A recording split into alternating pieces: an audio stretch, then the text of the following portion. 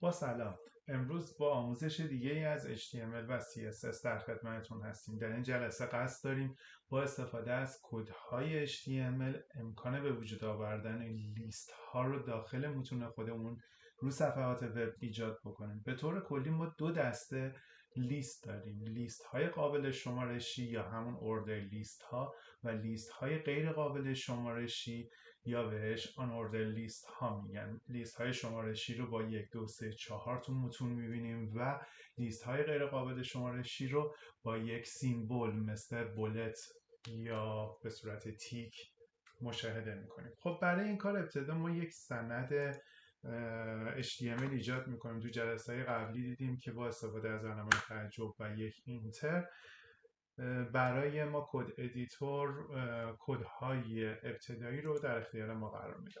خب ما تو قسمت بادی برای اینکه ما لیست های شمارشی رو ایجاد بکنیم از تگ OL استفاده میکنیم. این تگ به ما کمک میکنه تا بتونیم لیست های شمارشی رو ایجاد کنیم. من یه دونه OL میزنم و داخل اون یک LI میزنم.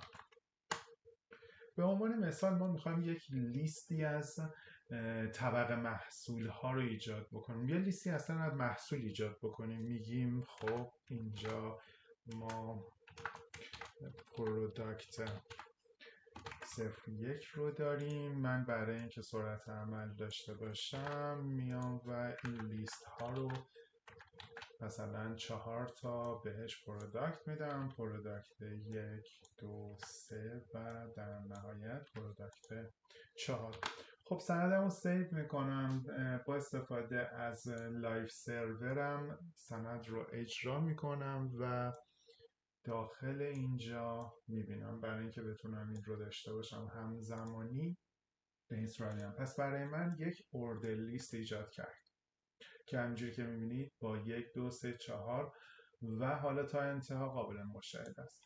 خب من میخوام در کنار این قضیه یک unordered لیست هم ایجاد بکنم. من با استفاده از تگ بیار این unordered لیست رو جدا میکنم و یه تگ HR هم میزنم که یه خط هم زیرش بکشه. برای unordered لیست ها از UL استفاده میکنیم و داخل UL مونم یک LI میزنیم. مثلا من میخوام اینجا طبقه های محصولات رو ببینم. مثلا به عنوان مثال پروداکت کاتگوری 01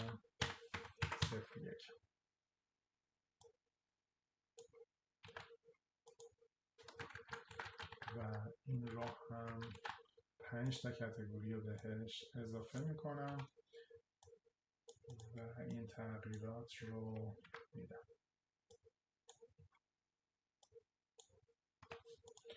خب وقتی ذخیره بکنم میبینید که این لیست هامون و این اوردر لیست هامون ایجاد میشه. خب به عنوان مثال ما میتونیم چیکار بکنیم؟ میتونیم بیایم و این قسمتی که داخل این LI مون از تگ های دیگه استفاده بکنیم. به عنوان مثال من این پروداکت کاتگوری رو ور میدارم از اینجا، به جاش یه تگ A میذارم و داخل تگ A هم این پروداکت کاتگوری رو میذارم. تو جلسات قبلی یاد گرفتیم که با استفاده از اتریبیوت href میتونیم به سندهای داخلی و یا سندهای بیرون از مجموعه کدمون رفرنس بدیم. خب ما تو قسمت hrefمون مثلا میخوایم که بیایم و سمپل 5 که جلسه قبلی با هم دیگه کار کردیم رو اجرا بکنیم. فقط کافیه که من اینجا بنویسم ایندکس، چون توی یه پوشه هستش، ایندکس 05.html. خب با این کار موقعی که اینجا توی سندم کلیک بکنم از سند من به سند 5 منتقل میشه. index.html. چرا سندم پیدا نمی کنم؟ آها ایندکس نیست چون سمپله. عذرخواهی میکنم. اینجا باید می نوشتیم سمپل 05 سند شما 5.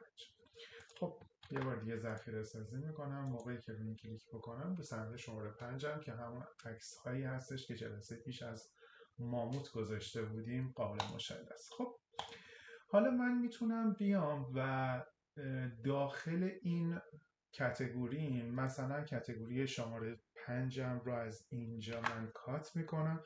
داخل این LI میخوام یه دونه اوردر لیست باشه. بیام و اون اوردر لیست هایی که بالا هستش رو ازش استفاده بکنم. به عنوان مثال میام اینجا یه تگ H3 میزنم، میگم یه تگ H3 میخوام بذارم، اینو بذارم داخلش و وقتی که این رو ازش استفاده کردم بیام و بگم که یه مثلا این تیکه اویل رو از اینجا من کپی میکنم، میارم میذارمش اینجا و سیو میکنم. میبینید که این پروداکت من، پروداکت کاتگوری من حالا 4 تا عضو داره که با استفاده از اوردر لیست ها کنار هم دیگه هستش. خب حالا با توجه به اینکه ما هنوز CSS و اینطور رو یاد نگرفتیم، این فاصله رو به درستی نمیتونیم تنظیم بکنیم. یه ذره دیدش اینجا مناسب نیست. من این تگ H3 رو از اینجا حذفش میکنم و یک مرتب میکنم.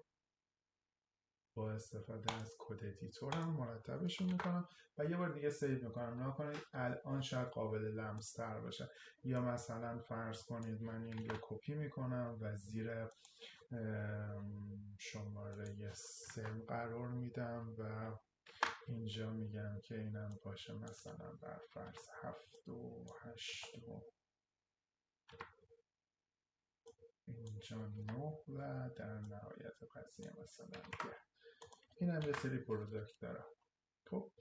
خب حالا من فراموش کردم اویلش رو بنویسم، هیچ مشکلی نداره. اینجا هم اوردر لیستش رو می نویسم و این خطها رو میام و از اینجا ور میدارم داخل اویلم کپی میکنم. این بار اگه سیو بکنم اوردر لیست من داخل آن اوردر لیستم نمایش داده میشه. خب شما میتونید اوردر لیست ها رو داخل اوردر لیست ها بذارید، آن اوردر لیست ها رو داخل اوردر لیست ها بذارید، ULL های تو در تو قرار بدید و با استفاده از این منوهاتون رو بخواید طراحی کنید. برای منوها یه کار دیگه ای هم که شما میتونید به راحتی انجام بدید این هستش که من مثلا توی UL میتونم از تگ نو استفاده بکنم. داخل تگ نوم من میتونم هم بیام و یک LI بذارم، به عنوان یک LI در نظر بگیرم، بگم مثلا به عنوان مثال من یه هوم دارم و یک اینجا برای اینکه بخواد چیز بشه من بیام و یک بریک پوینتی بذارم اینجا که شکسته بشه بیاد پایین و یک HR هم بذارم که این دوتا از هم دیگه جدا بشه که خط بکشه زیرش بتونیم متوجه بشیم. اینجا هم می‌نویسم به عنوان مثال پروداکت